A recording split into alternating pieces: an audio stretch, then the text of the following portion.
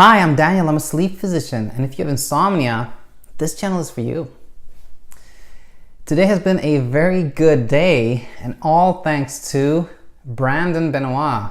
If you're listening to this, I just want to tell you that I really appreciated you taking the time to write a comment on Insomnia Insight number 7, a video on paradoxical intention.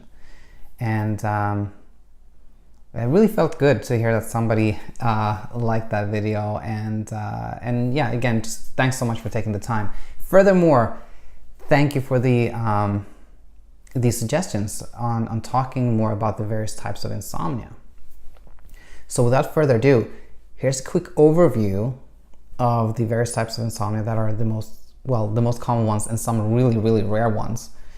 And then we'll go over them one by one as we move forward.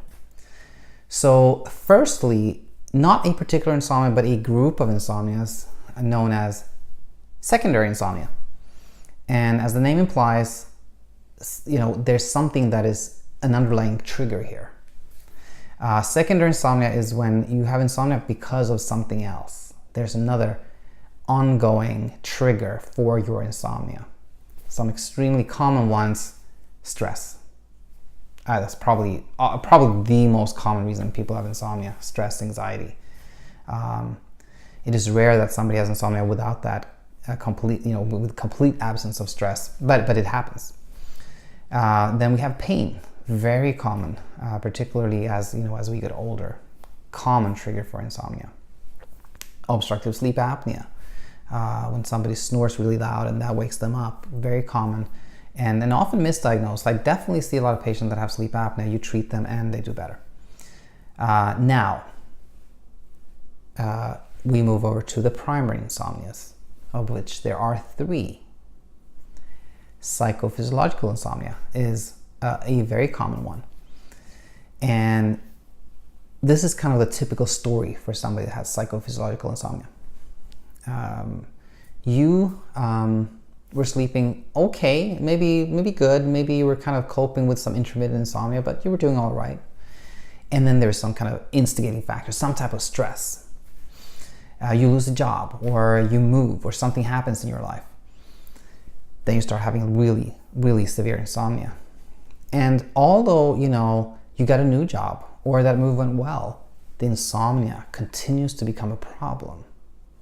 And it's because during the time of intense insomnia, you develop really poor habits, and you stop associating the bed with the sleep, and the insomnia hasn't now become primary; it's become its own problem. Number 2 of the primary insomnias, I want to say that is paradoxical insomnia, or sleep state misperception. It's the same thing. 2 different names for the same thing.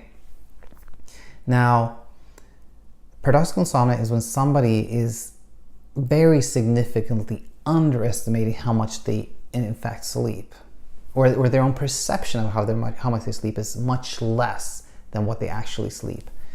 And also actually very common depending on how you look at it severity-wise. What I mean to say is that the kind of classical paradoxical insomnia patient, not that common. That is somebody that presents to you in clinic and says, I don't sleep, and you ask them, how little do you sleep? And they say, not at all. And then you say, for how long? And they say, I haven't slept at all for weeks.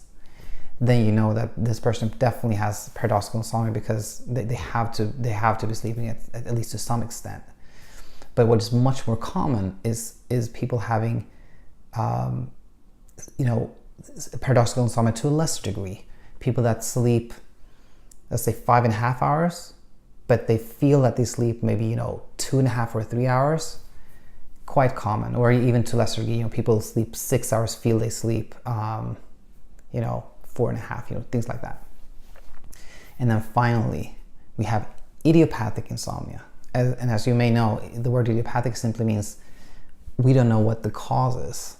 And there's very little known about idiopathic insomnia, but it's not difficult to diagnose, because anybody that has had insomnia from childhood and ongoing insomnia from they were a couple of years old have well, there might be some exception, but generally speaking, they have idiopathic insomnia if you have that lifelong history of insomnia. And then finally, I was debating whether even to talk about this because it's so extremely rare. But I feel like there's so many people out there who think they have this condition that I think we have to talk about, and that is fatal familial insomnia, or the sporadic form. And as we're at it, why not also bring up African trypanosomiasis, or the African sleeping sickness. I have to read up myself on those two latter ones so I can share something meaningful and helpful with you. And that's going to be good for me too. I'm going to learn something.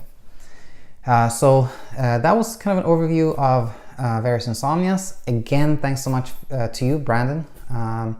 And I hope to see each and all of you back very soon. Thank you.